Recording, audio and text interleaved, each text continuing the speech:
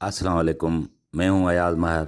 आप देख रहे हैं अयाज महर ऑफिशियल यूट्यूब चैनल। मोहतरम अजीज दोस्तों, आज हम आपसे एक नेक दिल बादशाह की सच्ची कहानी शेयर करेंगे। कहते हैं कि एक नेक दिल बादशाह के दौर में एक बार बहुत बड़ा कहत पड़ गया। उस कहत के असरात पूरे देश में बहुत जल्दी से फैल गए। बादशाह ने उस कहत से निपटने के लिए तमाम तदबीरें आजमा ली। उसने अनाज के गोदाम खोल दिए और टैक्स माफ कर दिए। पूरी सल्तनत में सरकारी नगर खाने कायम करवा दिए। तमाम वज़रा और ताजरों को मुतासरीन की मदद के लिए रवाना कर दिया। लेकिन उसके बावजूद अवाम के हालात ठीक न हुए। एक रात बादशाह शदीद परेशानी में था। उसको नींद नहीं आ रही थी और बादशाह ने अपने वजीर आजम को तलब किया। वजीर आजम बादशाह का उस्ताद भी था। उसने बचपन से बादशाह की तरबियत की थी। बादशाह ने उसे कहा, उस्ताद मोहतरम, आप मुझे कोई ऐसी कहानी, ऐसी दास्तान सुनाएं जिसे सुनकर मुझे करार आ जाए। वजीर आजम मुस्कुराया और अर्ज किया, बादशाह सलामत, मैंने एक दास्तान पढ़ी थी, वो आपको सुनाता हूँ। दास्तान मुकद्दर, किस्मत और अल्लाह की रजा की एक शानदार तशरीह है। अगर आप इजाजत दें तो वो दास्तान आपके सामने दोहरा दूं। बादशाह ने बेचैनी से कहा कि फौरन फरमाइए, मेरी जान हलक में अटकी हुई है। उस्ताद ने अर्ज किया, किसी जंगल में एक बंदरिया सफर के लिए रवाना होने लगी। उसका एक बच्चा था। वो बच्चे को साथ नहीं ले जा सकती थी। चुनाचे वो शेर के पास गई और उसे अर्ज किया, जनाब, आप जंगल के बादशाह हैं, मैं सफर पर जाने लगी हूँ। मेरा कहना है आप मेरे बच्चे की हिफाजत करें। शेर ने हामी भर ली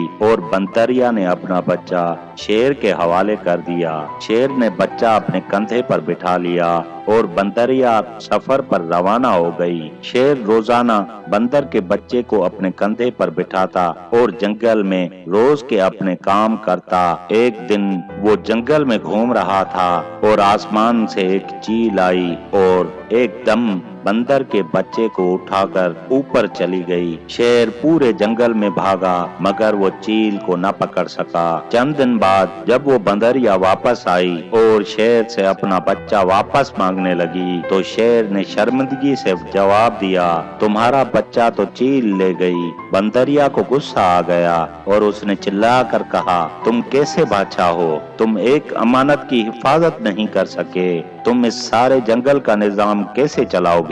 शेर ने अफसोस से सिर हिलाया और कहा, मैं जमीन का बादशाह हूँ और जमीन से किसी चीज ने तुम्हारे बच्चे को नुकसान पहुँचाया होता तो मैं उसे रोक लेता, लेकिन ये आफत आसमान से आई थी और आसमान की आफतें सिर्फ आसमान वाला ही रोक सकता है। ये कहानी सुनाने के बाद वजीर ने बादशाह से कहा, बादशाह सलामत, कहत की ये आफत भी अगर जमीन से निकली होती तो आप इसे रोक लेते।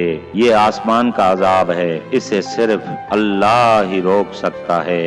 चुनाचे आप इसे रुकवाने के लिए बादशाह मत बने बल्कि फकीर बने। ये आफत रुक जाएगी। दुनिया में आफतें दो किस्म की होती हैं, आसमानी आफतें और जमीनी आफतें। आसमानी आफतों से बचने के लिए अल्लाह ताला का राजी होना लाजमी होता है, बल्कि जमीनी आफत से बचने के लिए इंसान का मुत्तहद होना लाजमी है और वसाइल का भरपूर इस्तेमाल और हुक्मरानों का इखलास दरकार होता है। दुनिया के तमाम मसाइल और उनके हल के दरमियान सिर्फ इतना फासला होता है जितना माथे और जाए नमाज में होता है। लेकिन अफसोस, हम मसाइल के हल के लिए 7 समंदर पार तो चले जाते हैं, लेकिन माथे और जाए नमाज के दरमियान मौजूद चंद इंच का फासला तय नहीं कर सकते।